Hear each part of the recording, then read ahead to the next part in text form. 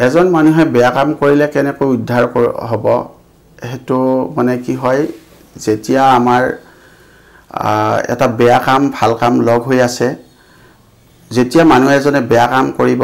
তেতিয়া উদ্ধাৰ হোৱাৰ কাৰণেও কিছুমান পথ সদায় ৰাখি থৈছে গতিকে কোনজন মানুহে বেয়া কাম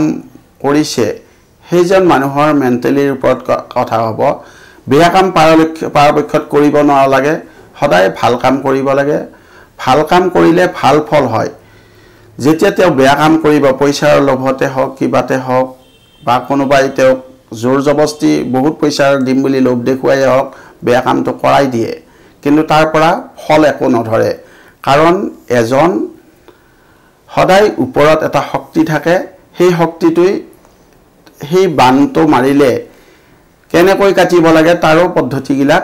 ঠিক কৰি থোৱা আছে গতিকে বেয়া কাম কৰিলে যাদুমন্ত্ৰ কৰিলে আকৌ তা সেইটো বস্তু কাটিবৰ কাৰণেও